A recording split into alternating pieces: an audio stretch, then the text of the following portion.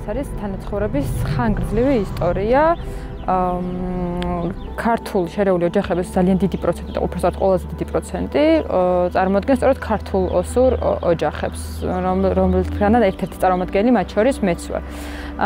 შესაბამისად ვფიქრობ, რომ აი ეს კავშირი არსად არ წასულა და დღემდე გრძელდება და პრინციპში გადაკვეთა როცა მქონია იქით მცხოვრებ ოსებთან ზუსტად ეგ არის, რომ აი როგორც ნებისმიერ სხვა ქართველთან, რადგან საქართველო პატარაა და აღმოაჩენ ვიღაცა საერთოს და ნაცნობს, იქაც ესეა, რომ აი კომუნიკაციაში მუდმივად აღმოჩნდება ხოლმე ვიღაცა, ვინც საერთოა, ან მათი ქართველი ნათესავი ან პირიქით ქართველების ოსნათესავი და ასე შემდეგ და პრინციპში საქართველოში კომუნიკაცია როცა მქონია ამ თემაზე, ხო, მათ შორის ისეთი ადამიანებისგანაც, რომლებიც არც ისე კეთილგანწყობილი არიან მჭრალებში ოსების მიმართ, აღმომიჩენია, რომ ვიღაცა ყავთ, აი, არ ვიცი, ბიცოლა მაგალითად ან დიდიბები ან ასე შემდეგ, რომელსაც ძალიან დიდი სიყვარულით ახსენებენ და შესაბამისად ეს ურთიერთობები იმ სიძულვილის, რომელმაც ამ პროპაგანდამ გააღვივა და შემდგომ რაღაც ბოლო პერიოდში განვითარებულ მოვლენება გაამძაფრა, აი ამას თუ გვერდზე გავწევთ, ამ ნარატივებს და ამ ყველაფერს აღმოჩნდება, რომ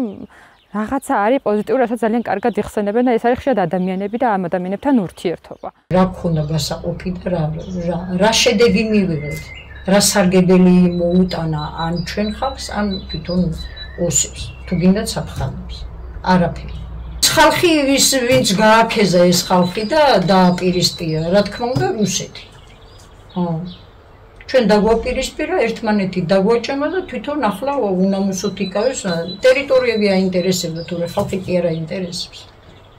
არ გაიმეტა ბესლანის ტრაგედიის დროს, რამდენი ბავშვი ჩახოცა, იგივე გაუკეთა ჩეჩნებს, იგივე გავუკეთა ჩვენ, ეხლა მიადგა უკრაინას. არ არის სიმართლე ტყუილს ვლაპარაკობ.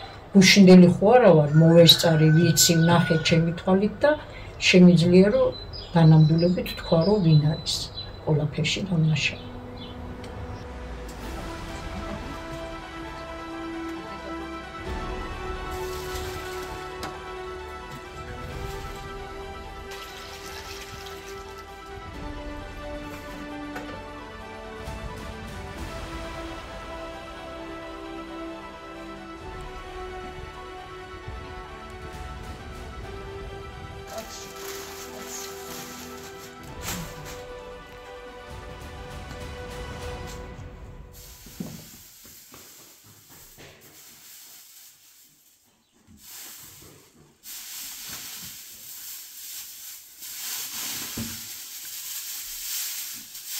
სურნელი აქვს, ისედაც დაგათხრებს.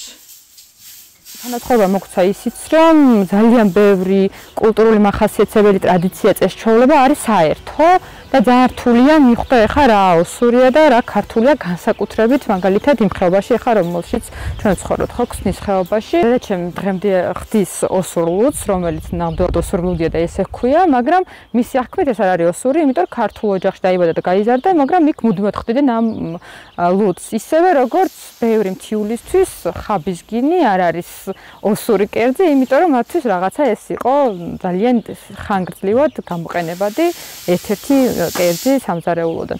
შესაბამისად ეს ტრადიციების დღესასწაულის აღნიშვნა, როგორც არის გიორგო ბალაშრობა და ასე შემდეგ, ესეც იმდენად ერთნაირია, რომ ეს ამბავი ძალიან აერთიანებს მოკლედ ამ ორ თემს და ვფიქრობ, რომ რაღაცა მოკლედ აი ეს სენსიტიური თემები რაც არის, ეს გადაკვეთის ადგილები ძალიან მოკლედ მნიშვნელოვან გადაკვეთის წერტილებს ქმნის, რას საუბრისას აგრესიას ვეღარ გამოხატავ ფიზიკურად და პირიქით, ანუ კეთილგანწყობილი ხდები რა. ის წყალი უნდა უმიტეს. კარგად უვით. ხო, შევყავი მასე.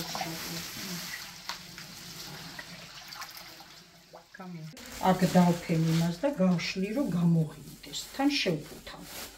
და რომ გამოღივდება, მე უნდა დაშალო და გაახმო იმაზე. ჭრდილში უნდა გაახმო. რომ გახმება, მე უნდა დაბქვა. და მე ის ალაო იმით უნდა გამოხადო ლუდი. ამ ხალხს აერთიანებს, ანუ ისტორია თანაცხოვრების იმიტომ რომ თუნდაც ის მაგალითი რომ მე წარმოვადგენ ქართულოსურ ოჯახს და ჩემი მსგავსი ვიცი რომ ძალიან ბევრია, აი კვლევა რო ჩატარდა, საქართველოში მცხოვრები შერეული ოჯახების 60%-ზე მეტი წარმოადგენდა ზუსტად ქართულოსურ ოჯახს. ჟორდანიას დროს არ მოვესწარი, თორე 92 წლის ამბებსაც მოვესწარი და ეხლა მე ასე მგონია ჩვენნაირი უბრალო ხალხისთვის არაფერი არ შეცვლილა. იმიტომ ხა ჩვენ 6-დანი ვიყავით და 3 ოსებიოზი არის გათხოვილი და 3 ქართველი. ხა როგორ შეიძლება ჩვენ შვილებს ერთმანეთი ზულდეთ და დღესაც უბრალო ხალხისგან არავინასგან არ გამიგია რომ მას ან ვიღაცას ზულს და ვიღაცა მარტო ჩვენ კი არა, ჩვენთვის კი არა, თვითონ ოსებისთვინაც არის დიდი პრობლემა. აი ეს გზე ჩაკეტვა და თავისუფლად არ მიმოსვლის ისა, იმიტომ შვილიშვილები აქეთ აყავთ და როგორ შეიძლება რომ იმან მარტო თავისთვინ იფიქროს და არ მოენატროს ან შვილის ნახვა, ან შვილიშვილის ნახვა და აი ესე აწამებენ ხალხს. პირველ რიგში ამას განვიხილავ როგორც სარგებლის დანახებას, მათთვის რომ ანუ ჩვენთან თანამშრომლობით უფრო მეტი სარგებლის მიღება შეგიძლიათ, ვიდრე ეხლა თქვენ იღებთ მაგ თქვენს ვიწრო არეალში, რომელშიც სამწუხაროდ შემოსაზღვრულები ხართ. ეს არ გულისხმობს მხოლოდ ეკონომიკური შემოსავლები, ხო? დღევანდელობაში სოციალურ მედიებმა ბევრი დამატებით მოთხოვნილება გაუჩინა ადამიანებს და მათ შორის ეს არის მოგზაურობა, რომელიც მათი ძალიან ისეთი მტკივნეული ამბავია, მაგრამ მათ არ შეუძლიათ ისე თავისუფლად გადაადგილება, როგორც ჩვენთვის გამარტივდა ეს პროცესები, ხო? თვითონაც ეგრე ილოცებიან ხოლმე 363-ის გზი წმინდა გიორგი ვიტყვიან ხოლმე ქართულად და ოსებშიც ეგრე იციან, ეგრე ლოცულობენ ხოლმე. და იციან იმათაც სალოცავში მისვლა, საკლავის დაკლა, როგორც ჩვენ ტრადიციულად ისინიც ისე აღნიშნავენ. ხატობა რო არის, იქ ყველა შეუძლია, მე ქართველიც მოდის, ოსიც არის და ყველა ერთად ზის და ილოცება და იმათვინაც იგივეა საქართველოს, რაც ჩვენთვის. მაგალითად. და აქ გვაქვს ჩვენ სალოცავი ჭაჟი წმინდა გიორგის ეძახიან და მანდ უკვე ვეღარ ადის ხალხი, იმიტომ ასული იყო ხალხი და 2 და წაიყვანეს მაგ ადგილიდანა. არა და ისეთი დაბლა არის ეგ ტერიტორია საიდან არის, თავისუფლად დაგლაჯუნებენ რა, საცა უნდათ რა ადგილზეც უნდათ იქ მოგასწრებენ, დაგიჭერენ და წაგეყვანენ. აქ ეხლა ქართველებიც ცხოვრობენ, ოსებიცა და როცა მოხმარება უნდა, ერთმანეთს ვეხმარებით, აბა როგორ ერთმანეთის იმედათა ვართ.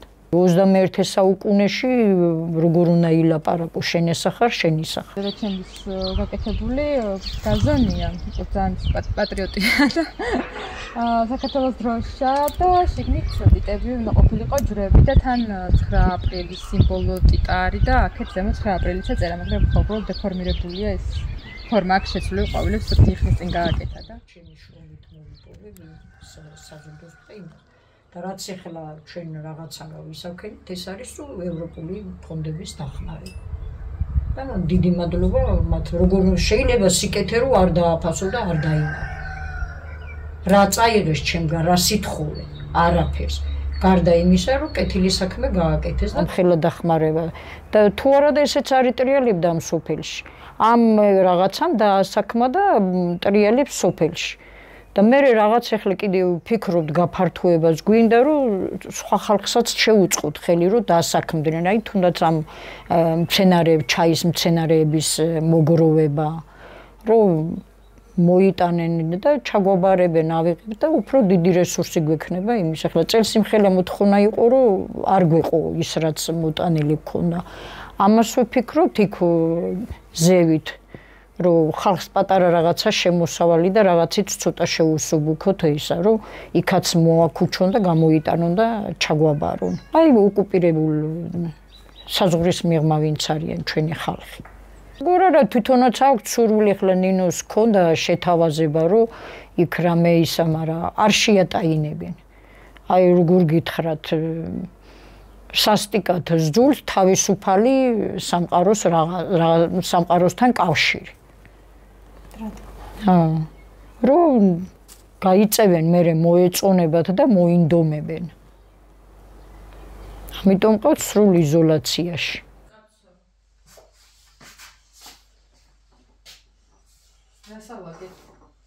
წვეთად ილექება მათ მეხსიერებაში, რომ აი ჩვენ აქეთ უკეთესად ვარ და ეს უკეთესად ყოფნა დამსახურებაა სწორედ ამ დასავლეთის დახმარების, იმიტომ რომ ჩვენი ქვეყნის ისტორიას გადავხედოთ, სანამ დასავლეთი არ შემოვიდა ესე ინტენსიურად ჩვენს ქვეყანაში სხვადასხვა პროგრამების სახით და ფორმით, მანამდე ვერ შევძელით თუნდაც ის, რომ ქვეყანაში მოსახლეობის თუნდაც რაღაცა ნაწილს მინიმუმ პრეტენზია ჰქონოდა იმაზე, რომ უკეთესი ცხოვრება ჰქონოდა, უკეთესი განათლება ჰქონოდა, სამართლიანი ჰქონოდა და ელემენტარულ პურის რიგში არ მდგარიყო რა და სინათლე ჰქონოდა და ისეთი რაღაცეები, რაც ცივილიზებული სამყაროსთვის ძალიან ისეთ ელემენტარულია. ამდენი წელი რით ვერ გავიზარდეთ. რით ვერ გავიგეთ რა არის ეს დემოკრატია. ერთმანეთის პატივისცემა. ფულიზე ვინც იყიდება, ის ყოველთვის იმას ემსახურება, ვინც იმას ფულს უხდის. როცა უანგაროდ გიყვარს შენი სამშობლო და შენი საქმე და ხედავ, რომ ის უსამართლობაა, მეტი გზა არ აქვს, უნდა სიმართლე თქვა.